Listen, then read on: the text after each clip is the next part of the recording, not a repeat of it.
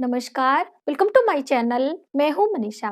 दोस्तों, आज की वीडियो में हम जानेंगे कि मकर संक्रांति पर हमें क्या-क्या चीजें विशेष तौर से दान करनी चाहिए।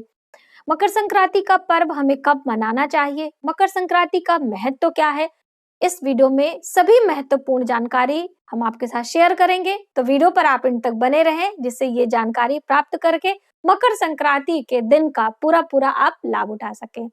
दोस्तों, हम पहले यही बात करेंगे कि मकर संक्रांति होती क्या है। जैसे कि आपको पता है कि सूर्य प्रत्येक माह एक राशि से दूसरे राशि में परिवर्तन करते हैं।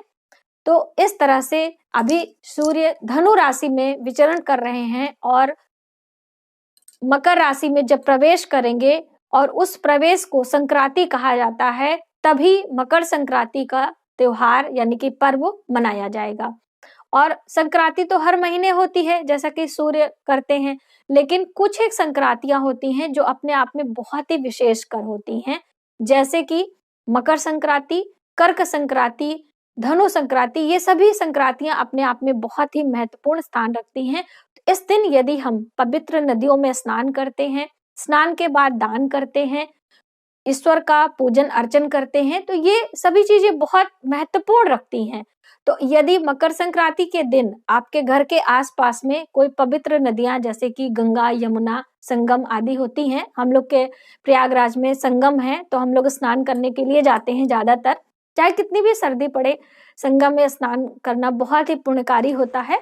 तो वहां पर नदियों में स्नान करके अपने पितरों के निमित्त तर्पण करते हैं और वहां पर अन्न और चीजों का दान किया जाता है। तो अन्न दान का बहुत महत्व होता है। सभी दान में जैसे कि पंच दान बताए गए हैं, तो पांच दानों में भूमि दान, गौ दान, कन्या दान, उसी प्रकार से अन्न दान भी आता है। तो अन्न दान सबसे प्रमुख होता है।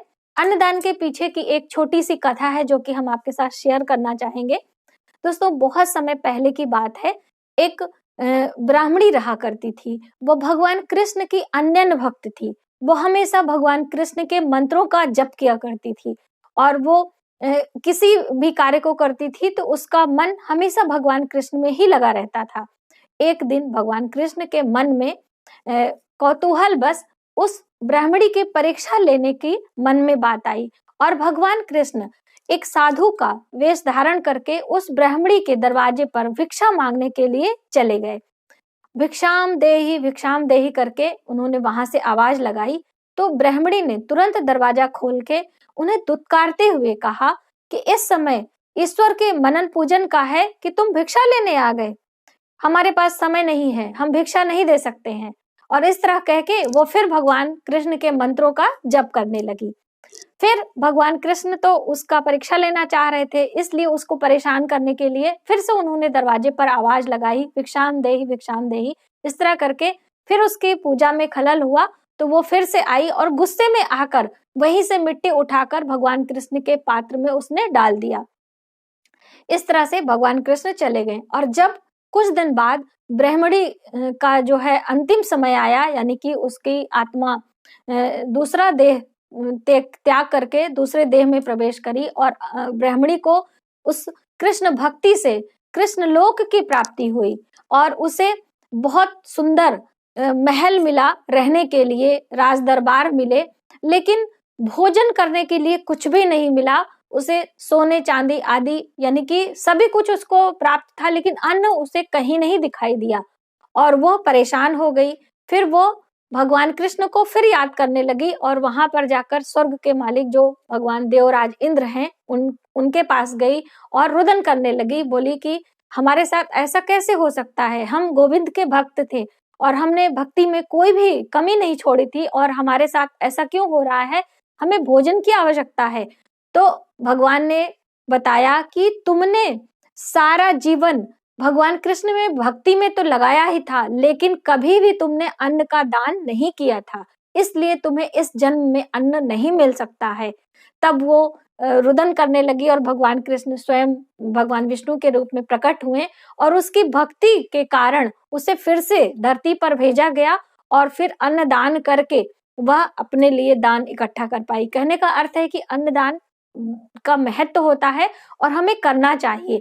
और यदि हम सही समय पर सही तिथियों पे करते हैं तो उसका अनंत गुना हमें फल प्राप्त होता है। तो इसलिए मकर संक्रांति के दिन किया गया अन्न का दान हमारे लिए बहुत ही फलकारी हो सकता है। तो क्या-क्या चीजें दान करनी होती है हम आपको दिखाते भी हैं और बताते भी हैं कि हमारे लोगों के यहाँ यानी कि हमारे परिवार में क्या-क्या चीजें दान की जाती हैं। तो चलिए देखते हैं कि हमने क्या-क्या चीजें एकत्र करी हैं और इनमें से आप कुछ भी दान करिए। ऐसा नहीं है कि बहुत सारा, आप अपने सामर्थ्य और अपने इच्छा से जो कुछ भी आप खुशी-खुशी प्रेम से कर सकते हैं, वही दान आपके लिए फलकारी होता है। किसी के दबाव में आकर, किसी के कहने पर आप दान ना करें। आप स्वेच्छा यानी कि आपके परिवार का भरण-पोषण यदि अच्छी तरीके से हो रहा है, तब आप ये दान सामर्थ्य के अनुसार करें, वरना आप कुछ भी दान कर सकते हैं। थोड़े-थोड़े अनाज का दान भी करके आप उस दिन का लाभ ले सकते हैं। तो दोस्तों, यदि हमारी वीडियो आपको हेल्पफुल लगे तो प्लीज लाइक का बटन जरूर दबाइएगा। और चलिए हम देखते हैं मैंने यहाँ पे क्या-क्या चीजें एकत्र करी हैं। दोस्तों, ये दान की चीजें हैं, इसे आप जरूर रखें, जिसमें से ये एक-एक करके हम आपको दिखाएंगे। ये है चावल। तो खिचड़ी में चावल सबसे प्रमुख रूप से इस्तेमाल किया जाता है। तो आप चावल ले लें, अपने सामर्थ्य के अनुसार कम या ज्यादा आप कर सकते हैं। कम से कम एक व्यक्ति के भोजन के निमित्त आपको दान जरूर करना चाहिए। तो आपके परिवार में जितने सदस्य हो उनके नाम से आप इस तरह से हाथ में, दोनों हाथों का दान बहुत बड़ा दान होता है, तो इस तरह से करके आप रखें। और साथ ही ये है दालें।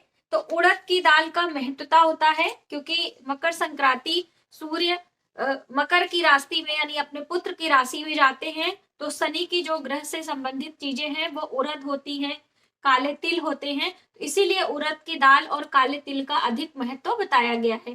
तो ये ले लें।